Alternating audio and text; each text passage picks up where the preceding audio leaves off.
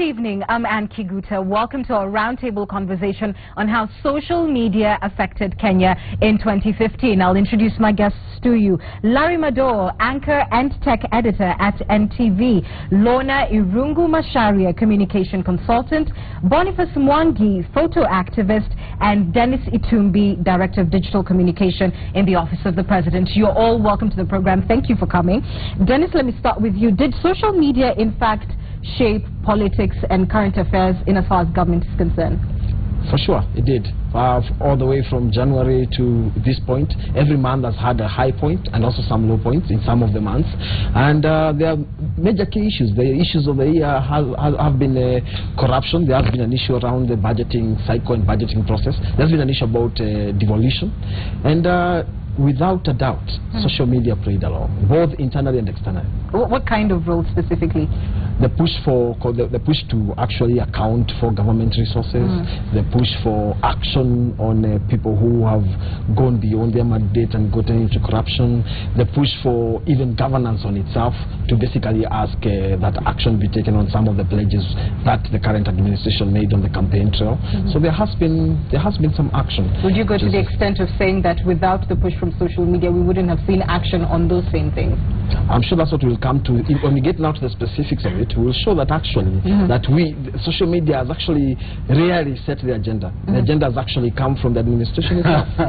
Lorna, do you agree? I think I have to say that some of the things they're talking about, the government has been ahead of it, but you have seen them react to the messages and to the pressure from social media. So if we look at something, whether it's corruption, for example, or just some of the highlights, you know, that's security, you know, some of those things, accountability. We look at the Eurobond saga. Yes, the mainstream media has taken a lot of it, but a lot of that conversation has moved on online. And because it is not just internal, but as he said, also external, the people on social media are not just local players, but suddenly the international market is listening in, whether it is broadcast houses, international media houses picking up on it. If you look at the hotbed of terror story, that's one of the things that you can say has impact internally and externally. So I don't necessarily agree with him that it's just stuff that we're already doing. I think there's also been reactions to what people have said on social media that has forced them to up their game. Boniface? I think Twitter runs this country in a way.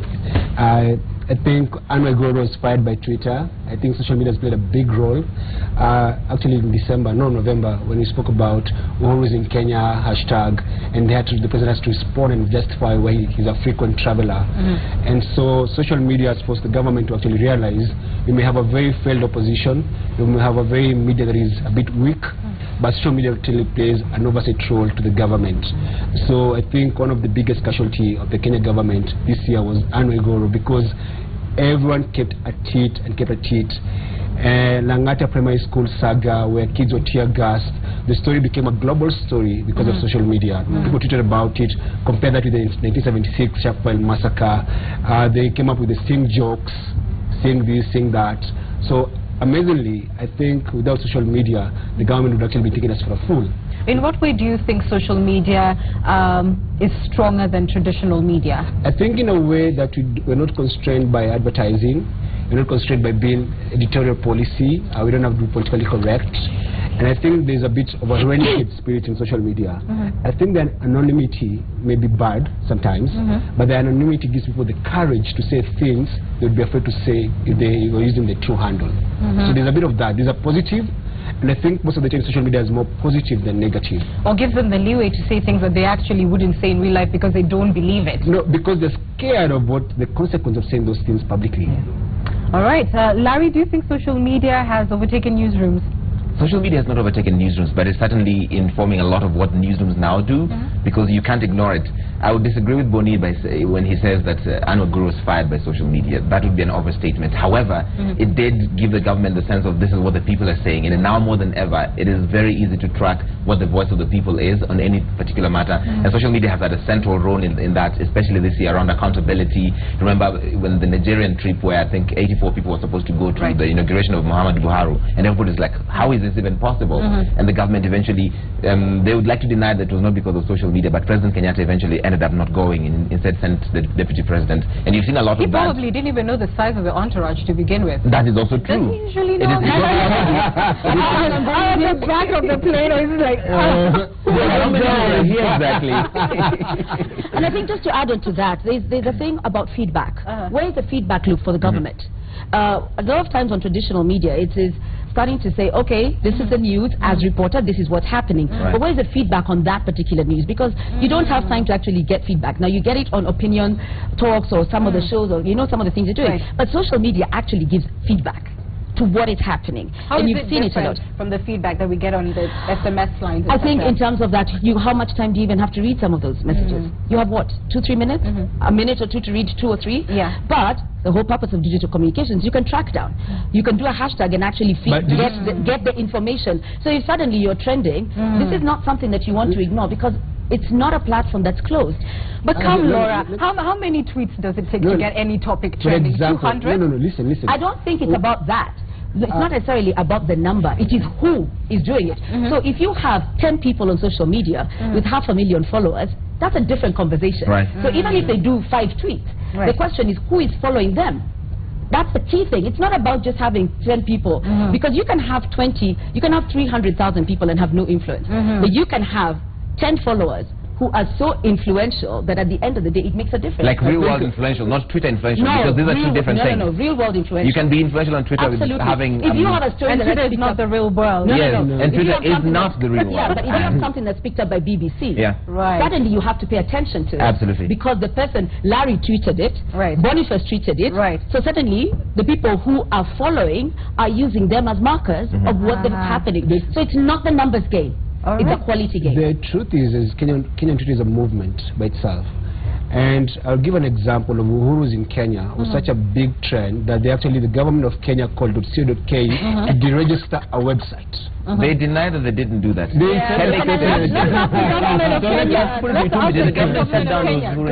Government has no business bringing down websites. I mean, what is the purpose of bringing down a website which you can create another one within minutes? It doesn't make sense. So government has no business bringing down. So it did not bring down Uhuru in Kenya.co.ke? No, we didn't. And then number 2, and the most important thing, and this Boni has touched on when he was going round, that because of, first, there are 2 incidences that because of Uhuru in Kenya, government reacted. By the way, in June, July this year, we put up large content from 2013, trip by trip, benefits up to the village level on what has happened. By the time this was coming up in November, that information, both in infographics, video, and text, was already online. Then this happened. Why we reacted to that is because there are some trips from July which were unaccounted for, because we do it quarterly. So we reacted? No, I mean we put the information. We put the information on the basis of when we put. Let me rephrase it this way, Dennis. I beg your pardon. Dennis, I beg your pardon. But it does expose the underbelly of your communications to have a problem. You may be putting it out there, but you're not actually communicating. I actually admit that there has been a problem on communication, and that is partly because most of us also got into government before you understand how you get the information from government. And remember, government, we got into government at a point when everything in government, including sending me a card inviting me for a party, is stamped confidential and secret. So before we manage to lift the lead on all this secret information, which is unnecessarily secret, for instance, I write a letter for leave and it's stamped confidential, I mean, removing that stamp has taken time. But that explains why you didn't come for my birthday party. Because we're still confidential. But you know, and what has been interesting to watch this year is every time there's been a hashtag or a trending topic about something that's pushing back on the official government narrative, what Dennis and his team has done is come up with a different counter hashtag to try and paint the narrative. What's wrong like with which is something like transforming KE. Hold. What's wrong with hashtags? What's wrong with they try and bury the truth. No, I want to come again. There's nothing wrong with the hashtags. What I was going to say is that is important. That is a very important statement. Sometimes what Dennis and his team does is there are genuine concerns being raised about accountability, about different aspects of government and governance, but what they do is completely ignore that and try and paint the narrative like, no, everything is fine and nothing is amiss. Like I stand with Waiguru? Yes, exactly. And the Let him finish making his point. And they ran that for 2-3 weeks, different hashtags trying to support Waiguru, and then she eventually got fired or left, who knows. She was fired. well, everyone is around his imagination and his opinion. No, but let me ask you. But as far as I know, I gave a step down, and she cited health reasons, and I was accompanied by the doctor. So very whether or funny. not Corruption reasons made us step aside and get fired. Listen, no. Boniface, it's also good to listen, because he has raised some very serious issue about about our hashtags and our counter hashtags. And he said that we have always reacted to issues when there is very sincere and honest. So therefore, we bring counter hashtags to sell an honest opinion. Give me one instance where facts were not done, where no facts were done on our hashtags, where anything was wrong. Let him finish. Because that would be very important. Then number two, Larry, for a long time, in fact today I am absolutely pleased that today he actually admits hashtags have no problems. He's always held on his front row column, and his show is actually a hashtag. Larry, please hold on a second. I want to get everybody's view. I think the point, hold on 1 second. I don't think the problem is that government uses a hashtag. I mean, in any case, you are the digital communicator, you probably need one. It's that when it seems to be reactionary, that's the only, that the communication strategy is based on, can we get something to outtrend something else? Come on, we set agenda. We have done transform. Transform hashtag in Kenya, by the way, is number 3 now on the latest Google research. It's number 3 hashtag. The transform hashtag has done the government narrative from 2013. So how you keep tracking how popular it is, not necessarily whether it's pushing back on an official narrative. Our monitoring is based on content, not platform. But I would like to respond to hashtags, because I was a victim of a hashtag. Which one? Activist of Doom. Oh. We were accused of tear gassing kids and going to tear gas. I was never charged, I was never arrested, but there was a guy working from State House, or whatever it was pushing an agenda, and the guys were paid. There was Mutai, there was Nyakundi, working from those Christian, allegedly. Extendela. Those are your allegations. Those guys were actually paid, because actually said, I told them to go to court, because the hashtag came from State House. Boniface, it's good to go on record. Are you saying you paid them? No, it's important that to clear that. Are you saying State House paid them? Maybe bought them a drink, whatever you did. But you're saying State House was involved? You know, State House is the building by the people who work there. So I don't know which one. The people or the building. Fair enough. Oh, but you sound like you're backtracking. No, I'm not backtracking. 2 seconds ago you were categorical that it can be a building, it can be an individual. Did the building pay? You tell me. It will be here who works in the building, right? My point is, I have a problem when an issue is being discussed that is very serious, that they actually come and start trolling people on those serious issues. We understand that the president, which I saw Tony Blair trolling that thing, has a digital monitoring unit, DMU, whatever it is. And so, my point is, the government does take seriously what we say online. They do. And they care about it. My problem would be that instead of you countering the narrative of what's going on that is true, why don't you find a solution and respond to the solution? Because now it always looks like the Kenya government is on one, Kenyans on Twitter. We're not at war. We all live in this country and we love this country.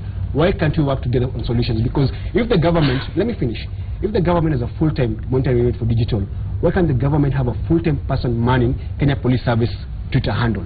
Because it's not even 24 hours, but the ones for trolls are manned 24 hours. Okay, I think just to add on to that point, the question, and just responding, the thing about hashtags that has gotten people riled up, or that gets people emotive, is what he's saying, is that there seems to be a reaction to it, and there seems to be a counter one, and people already know it's going to happen. So the minute something happens, and you know how people are going to react, the first tweets that kind of go out is, wait for the hashtag.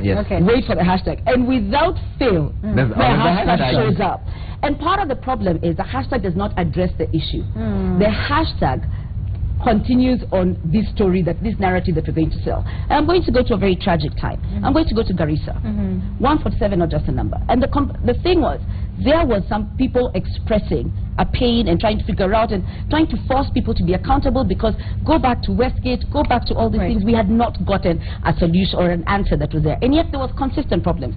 But the tag that came up was really about we are safe. Kenya is safe, Kenya is this. And you're like, no guys, we are not feeling safe, so you're not talking. So going back to what you said initially, the hashtags don't communicate. This is people talking at each other. So whereas a lot of times the public uses their hashtag to communicate how they feel, the government's response is a hashtag that pushes their agenda, that does not answer the question. So you're tweeting to keep your stay. You're not tweeting tweeting to answer the question. On this matter, I'll allow Dennis to have final say because you've been under siege. You probably need a hashtag. 147 is not a number. Brilliant hashtag.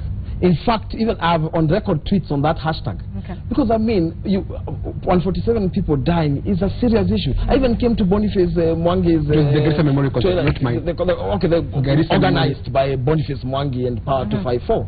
I even went to the vigil night and lit my candle. I mean, I joined people there. There was no one in government who was willing to go there. But being part of the digital ecosystem, I knew the importance of big Morning with Kenyans because I do not necessarily have to agree with government and what they think are official events that should be attended and the ones should not be attended to. But at the same time, the questions that came from the 147 is just not just a number. Hashtag, wow, is Kenya securing its border? And she comes up with it. Westgate was there, nothing happened. So we had to explain. I mean, we have done massive investments in the security sector. We have outdone our security policy. In fact, all our promises in the manifesto, we have already surpassed all of them on the security sector. So basically, we had to explain our position. To tell us that government cannot give its position on issues because there is a hashtag that's going on is actually in itself muzzling government to talk. I mean, if you are saying freedom of press, then the freedom of press also exists for people who work for government. That's for sure. We must move on. We must move on because we want to catch up with some of the other.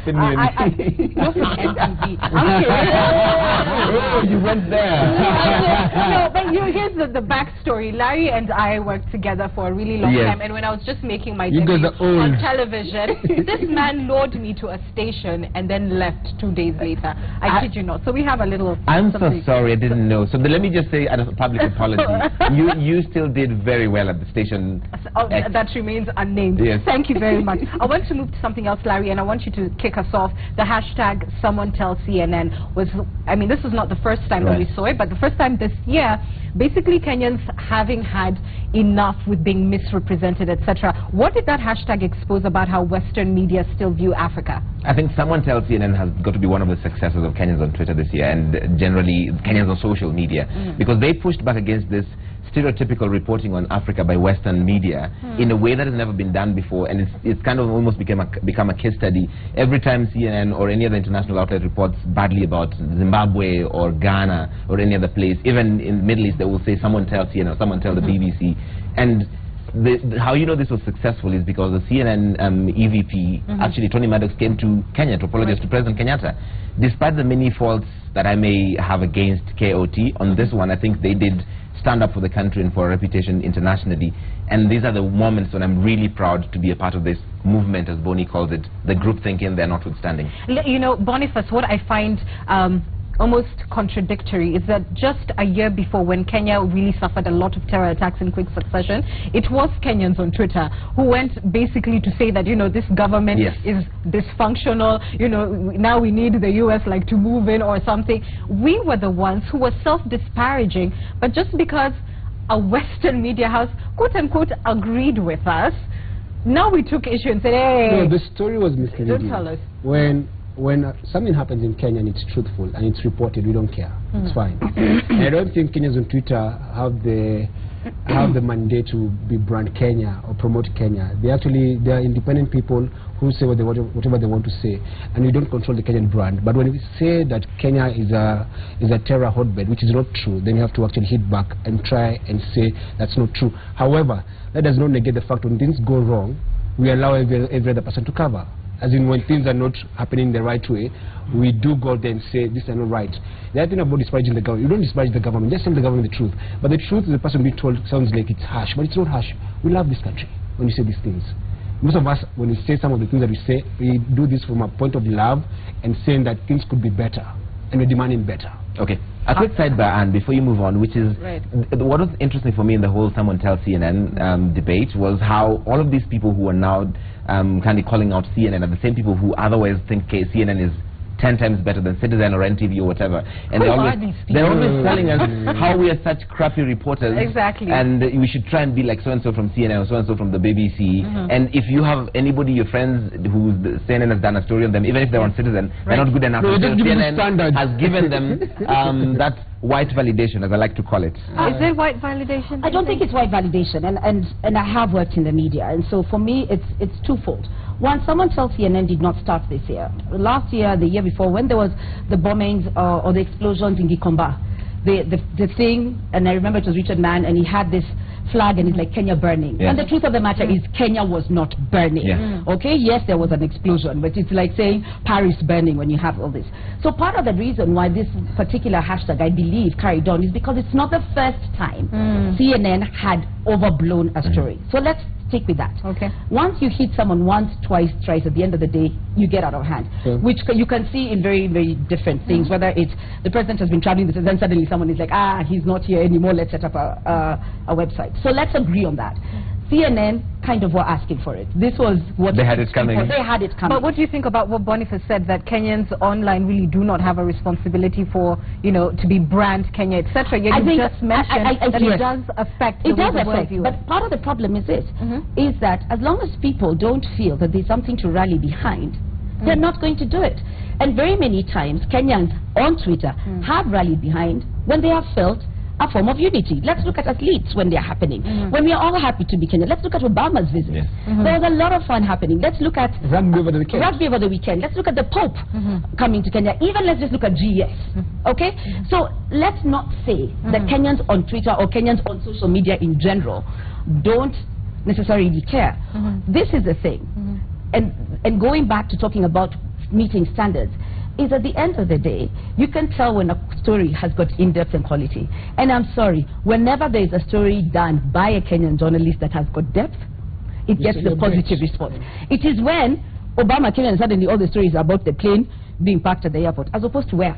Where? It was in a house. Where do you think it was going to be? Of course it's at the airport. And then suddenly, when people demand more, let's agree that social media has just forced and asked people to be better. And I'm sorry, the media has failed a lot in some of those aspects, and they have been taken to task where they have failed. For instance? For instance, oh please. Okay, you've talked about... I feel like I need to duck from missiles. I should be just like... Obama's visit, to be fair, there was a lot of content around the people who were pitching. What were the stories about? What are some of the things happening? How did you end up getting in there? What does this actually mean? Where was that analysis? Very few people... You feel you didn't get that? I feel some of the stations really failed. You told you about where Obama slept. Yes, no, where Obama slept. Oh gosh, no. The plane was parked at the airport. This was a real story. Would sleep in Kenya. The headline in the newspaper? Let me tell you what it is. No, and also the full page that the plane was at the airport, as opposed to where. So I think there was a place where we missed out. As opposed to going back to the U.S. Yes. You don't have to clap. Okay, thank you. So I think for me... I'm afraid Boniface is going to bring in a pig or throw a He's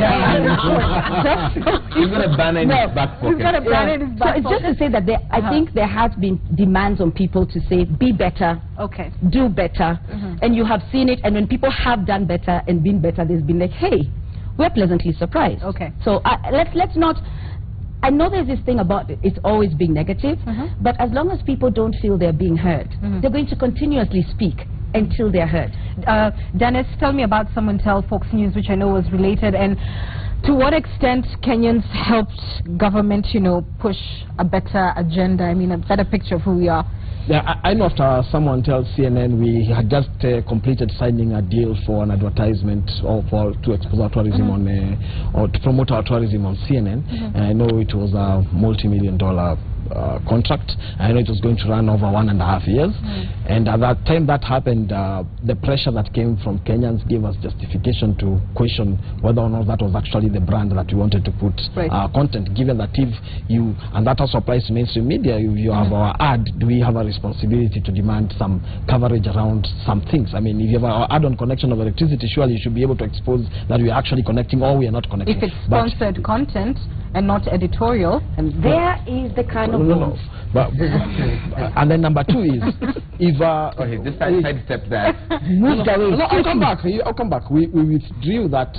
We withdrew that advertisement, and that forced CNN to actually make a call and book to come and see President Kenyatta. We stalled that for about 2 weeks, 3 weeks. I attended the meeting where Tony Badox came, and the president was firm about how Kenya wanted to be represented internationally. What did Tony say?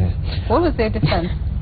basically said that CNN is a large organization and sometimes people get it wrong. He was a gentleman. At the end of the day, he said, look, we got it wrong on this one and we are sorry. But what I didn't see was actually a withdrawal on air, which we also never pushed in that. The president never pushed for that in the meeting because he got a personal apology, which was also tweeted on his account to basically say he had received the apology. And CNN also promised to do, they promised to have quarterly meetings with the Kenyan government to review on content which you are pushing in terms of the international agenda. For instance, stuff around Power Africa, Skyline Africa, which is a major agenda of CNN between 2015 and 2016 on connecting Africa to power. Right. They promised to have constant interaction with the Ministry of Energy and Petroleum in Kenya. So, and that has been happening. So those are some of the things, the interaction and the achievements that we got from those hashtags was absolutely brilliant. I get a sense that the government was gloating when Tony Maddox came here. What was the hashtag at the time? Do you remember? No, what was it? I don't remember what it is, but if you looked at the messaging coming from even the president's account, you're like, this is beneath you. So, and he did say that the government was gloating because they said they stalled for 2 weeks. So this guys want to come and apologize, but they're like, no, the president is busy, etc. And the what he used is stalled. But don't you think, like on that one, don't you think that was a bit of their right? You can put out a statement to say, yes, today the president got an official apology from CNN and move on. You don't gloat on social media. If you look back at the why? You do it all the time. I don't gloat. There was no gloating. The president met him. There was a conversation. The conversation was tweeted live. But what is gloating about that? Let's go back to something that Dennis said. So who pays the piper calls the tune. And so he says he expects that if he gives advertising, he expects to be favorable coverage. And that's the truth about this country, that the Kenyan media is very sensitive about the government. Because, you know, one of the biggest advertising in this country is the Kenya government. Not one of. It is the biggest. It is the biggest advertising in this country. Especially so that means that if you do not toe the line, they can do advertising. And that actually drains you resources to cover stories. Give me an example. For instance, let's say coverage of corruption. I'll give an example of a man who left the newsroom because of Don't give examples that you cannot back up. I'll back up this one. I don't even know. You're not interviewing me. It's Hi talking I'm just saying. Yeah, and her, the one who was interviewing you, asked for an example specifically on something like corruption, which should be a touchy subject. No government wants to be told day in, day night that, you know, you're stealing money. But hasn't media been consistent in drumming that one? Has been very consistent, but it has become like it's either a code bus jubilee instead of actually a corruption, which is a bigger issue. But the other thing is, I'll say an example. I go to streets to protest about issues. And when I look at the stories about the protests, it's not about why we're in the streets, it's why we were beaten, why we were arrested, and why we were there. It bleeds and leads. But it's never why we were there. Like, the content for why we're in the streets is never the story. The story, we got beaten, we were arrested, and we were taken to court, whatever it is.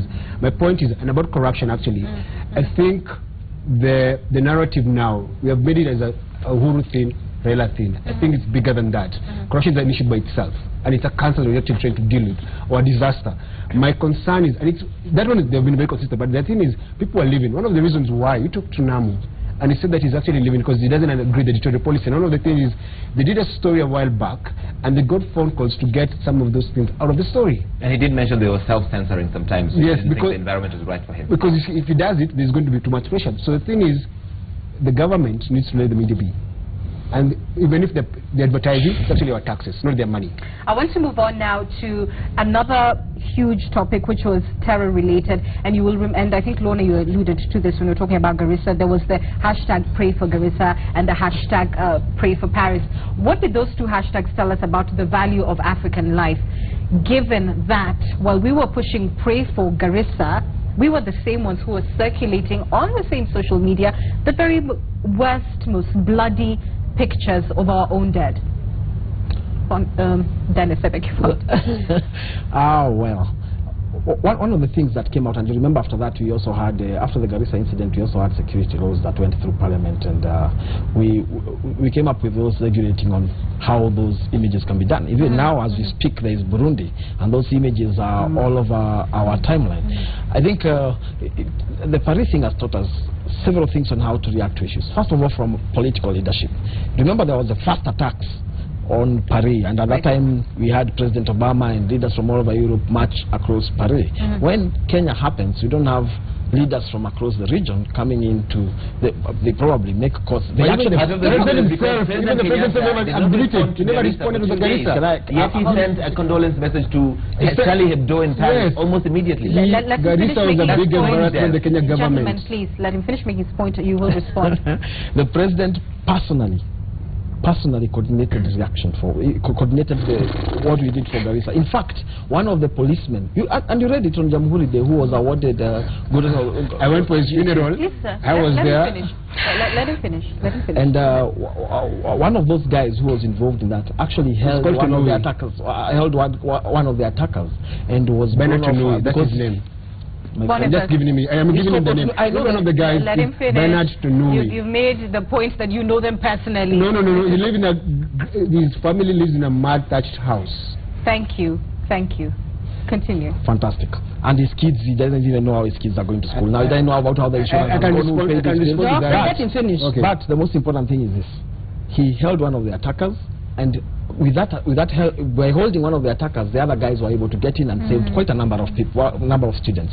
More than that, at that time, remember, the helicopters or the resources of security response that are within the Kenyan government are coordinated by different people. So that if you're attacked, you have to call KWS, you call police, you call all these guys to get the copters. That law has changed. Now, the president just makes a call and all our government resources are available out of that. So there are lessons that we learned out of those attacks. And government is now able to respond faster, more effectively, and we have stopped, and the president has repeated this many times, we have stopped many other attacks.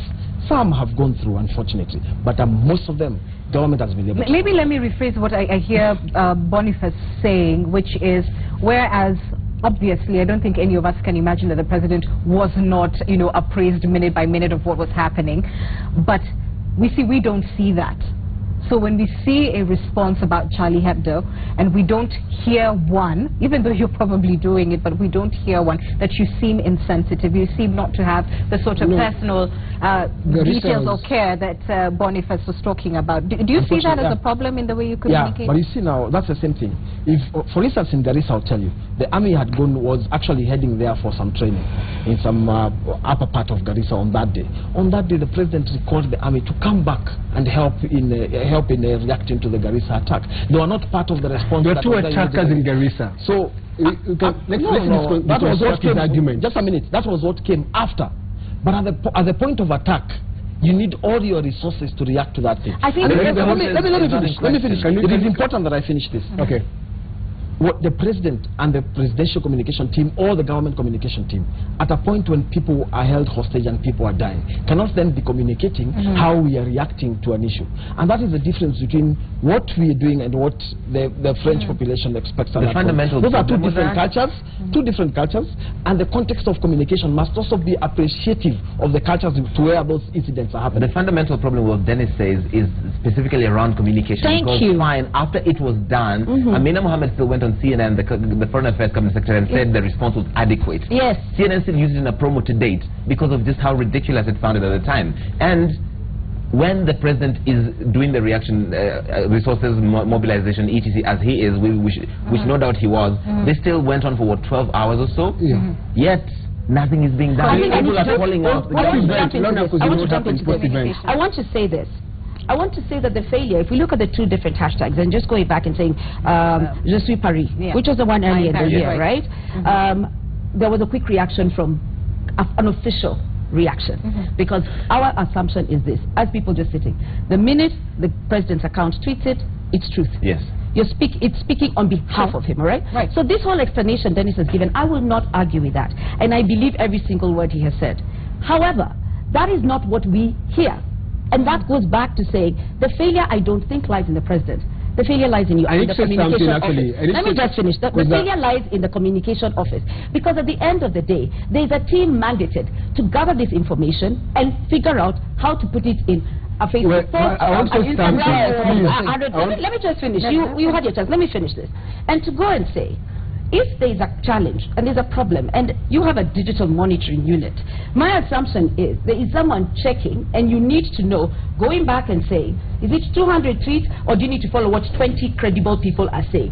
So what is Larry, Boniface, what are the people who could get this trending actually saying? Do you gather that from it? Do you correlate it? Do you find out if it's doing, so that then you respond and not react? And part of the challenge is this. Why Kenyans on Twitter felt horrible is, this is where the challenge lies, and it's not an easy job by any stretch of the imagination. You had people tweeting from Garissa. You had people sending messages here. You had people doing this, which the mainstream media, for once, actually bait government to it, because they were sitting and looking at this and saying, this is currently what is going on. But if it is security, if people are dying and you are seen to be lax, you don't get forgiven. Okay, let me say something. I want to talk about post-Garissa. So Garissa happened. It was unavoidable. It was a terror attack. And we can't blame the president for that. Let's talk about post-attack. It took him 2 days to talk about it. The victims never met the president. He went to Westgate, actually, and Westgate got a memorial. The reason why Oreo Kolo started 147, not just a number, he said she had named them one by one, because the Kenya government refused to acknowledge them. Garissa victims were poor people. Refused to, or did, because those are two very We're not seen to. We're not seen to, perhaps. But let me tell you, there was no face of the government. You know, like, I even went for the... What is face of government? The face of the government, I'll give an example. Westgate, the president was there, because the rich died, and he's a stake, he's a businessman and all that. Garissa... You believe he went to Westgate because the rich died. I have no doubt it's because the rich died. Garissa were poor victims. Let me tell you, if you're going to leave Kitale and go all the way to Garissa for your education, it's because that's what your parents can afford to. Right.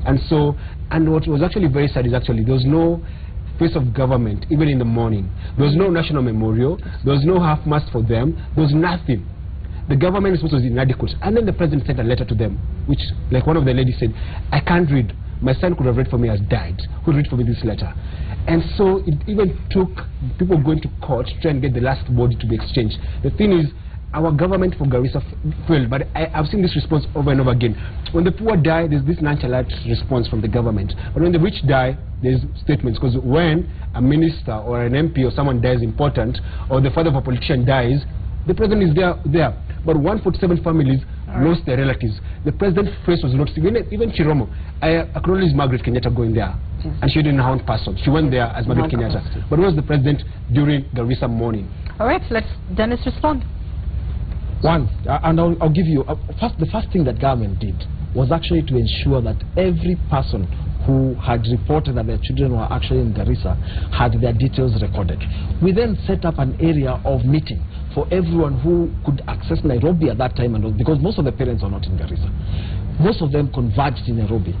And those centers were put. The third thing that we did was put a direct communication, people who are going to be in touch with the families that were there. All this information, at that point, our interest was not to communicate to the media. Our interest was to ensure that the people who are... Do you know who was feeding those people? Please, Boniface, he let those you people speak. being fed by Twitter. He let you speak. Boniface, let him speak. You need to respect house rules. Let him speak. No, the house rules can be broken. No, they cannot. No, they can be broken. Or they will break you. We know Moses Kuria left voluntarily, but we also have the right to say thank you so much for coming. Thank you for coming. But basically, the direct communication was more important at that point, from our view at that point. But let me make an admission here, which I agree with you, that the crisis communication strategy for government for a long time, especially on security matters, is a problem. Because you've come from a culture where everything security is absolutely confidential. So unless you get that express mandate of a very busy president trying to coordinate response to an attack, to go out and say, now this is clear, we can communicate this, or he himself goes to his Twitter account and tweets, then it becomes impossible to communicate. That's an admission. But what have we done over the years to ensure that our crisis communication strategy meets the needs of the 21st century? Okay. No, let me finish. The 21st century communication strategy demands that people get information by the minute, and we saw that in Paris, which are the two hashtags we are comparing here. And if you look at how we communicate when there is no, when there is something like say the State of the Nation, which happened, and the president was reading a list that came from EACC, it is instant. Because then that is communication that, even culturally, is communication that has no clearance to go through. Your crisis communication needs work. Yeah, it goes back. You see, part of the response to a crisis is the president, when you communicate, you don't communicate to the media, you communicate to the people through the media. But we did that. Let me say this. Why should we inform Radi Maduro? You're not informing me when we can inform the parents of what's hanging on. Wait. Because when there has been an attack on innocent students, 147 of them are dead, the president needs to come out and speak to the nation and say ABC. In a business meeting, there are photos of you in a business meeting, and you never let when the San Bernardino shootings happened in California, President Obama... When the San Bernardino shootings happened in California, it's still ongoing, the response is still being coordinated, but President Obama goes and addresses the nation. When Charlie Hebdo happened, when this second Paris attack happened, Francois Hollande addresses the nation and says, this is is where we when are. I 9/11 send happened. condolences, etc. When the Let's go to president doesn't 9/11. respond for 2 days, but is very quick to send a condolence message to the people of Paris and Charlie Hebdo, that is very And let me just go back and say, Let me add something. The day of the attack. I want to clear to because you can go back to Twitter. Where was the president? He was in a business meeting. where he did not talk about the event. Where he did not talk about this He attack. was there at a private sector meeting at State of Strofos. That's in fact correct. Then why are you saying that he was busy? And then this is the other thing. And for me, this goes back to He was saying... busy. You said, let me ask you. However, Boniface being also at a KEPSA meeting was an official function. It's not like saying that the president was out of Definitely, we would hope that stopped, and so that he could respond to national bigger for the issues. next 2 days, what was he doing? And it's important to also tell him, even when 9/11 happened, George Bush was in a school. Bush was an idiot. And we all admit that. Let's say let's say the world is unsafe. We all admit that Bush is an idiot. Let's hope we don't stream this. No, let me just say this. Let me just add something. Let me just add something. And let's agree that you have said the crisis communication has failed, correct? There's been failure in how you have handled it. Now, this is my problem. Westgate happened 2 years ago, okay? Over the last 2 years, that's not the only attack we've had. There were lessons to be learned. There was a thing that happened when the president showed up to speak. We did not see the president. We then saw him speak at some events, but not others, which allows the conclusion to say some lives are less important than others. For the record, the president spoke on Garissa. For the record, can I just finish? He did. Can I just finish? We're talking about where he spoke, okay? And where we felt we saw his book on the social media thing. Where and when? Where and when? Going back and saying to speak 2 days later, but to be first to be seen to speak at an attack in a foreign land and to offer a press release. Yes, it doesn't matter whatever he did, but to do that is actually a message. You are communicating. And going back to what Anne said at the beginning, and I'm not going to blame the president because he has people being paid to do that job, and that job is a categorical. I don't care. He doesn't. He has people paid in the same way. I'm sorry, I cannot go and say to him the cop in my police station. No. I mean, be clear. No, you're saying about, you said he doesn't run the social media account. That's the difference. What I'm saying is, yes, but he doesn't do the communication strategy. But he runs his own Twitter account. Oh, so the president is usually tweeting. Hold on a minute. Let's get that clear. We should hold President Kenyatta personally responsible for everything that goes out on that account. It is written by him. That's what you're saying. Yes, of course. You should hold him responsible. Are you telling me that when President Kenyatta is still welcoming the Pope to the country, but his tweet says, "Today I welcome Pope Francis to Kenya," it's him tweeting? Because it's got to have magical powers or something. The president under the bus. I will go back. I am on air. Yes. We're seeing the Pope, the president of the Pope, but his Twitter account says, "Today I welcome the Pope to Kenya." Check what he's tweeting right now. Please check what he's tweeting right now. I don't even want to. Just check. I'm going to allow you to say the show. Best time doing the show. I'm having a surreal moment. I want to allow him. No. On the That's what he said. On the record. The president is personally responsible for every tweet that comes out of his account, including one where a selfie was taken and basically what attack was that took place around that time? And the president was in Abu Dhabi? Yes, the president was in Abu Dhabi. Mandela attack. The Mandela attack. And then a selfie went out. It's on Instagram. It was the president who basically said, I took a selfie. So it's a that big was deal. his tweet. That's what you're saying. So it was the president who retweeted Ahmed Nasser Abdullahi 2 weeks ago on certain tweets regarding... The president manages his Twitter account. I say that. Ladies and gentlemen, I want to thank you all for your I'm going to come round for a final round of comments. Tell me what you hope social media will achieve or will help Kenya achieve in 2016. Maybe let's start with Boniface. No, just keep it real. I like the way they're going about it. I think let's keep it real. Yeah. Keep it real.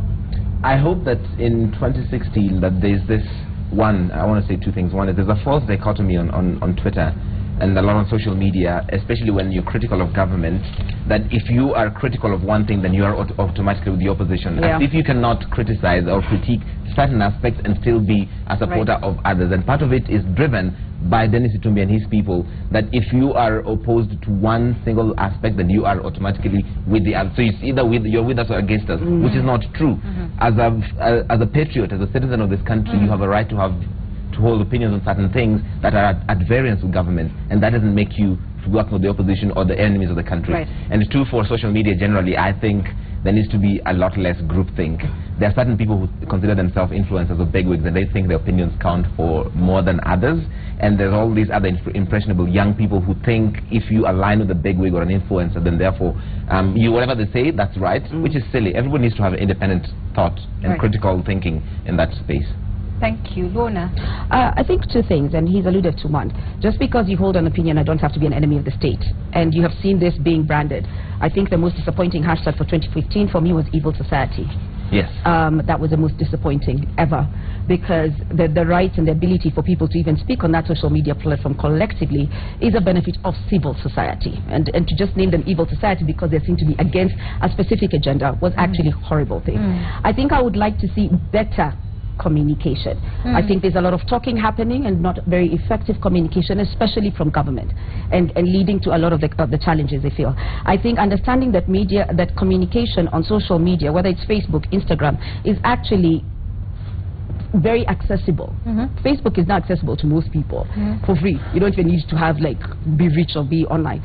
So they need to understand how to. Well, you have to be online. Yeah, you have to be online, but it's getting to the point where Facebook is going to be literally, a lot of the networks give it out for free. Yes, you're going to be able to get it. So suddenly, this thing of saying, oh, just because you have an opinion on social media, it doesn't affect what's going on the ground.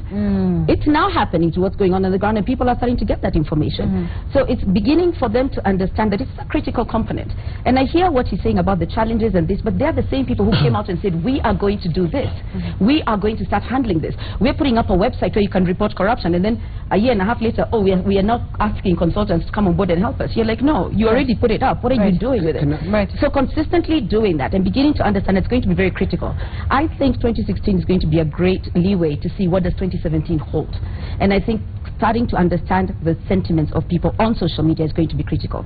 But for me, the most important thing is government needs to communicate and stop talking at citizens. All right, Dennis, you get the final. Dennis gets the final say. I'm not saying anything. I want to make an ask.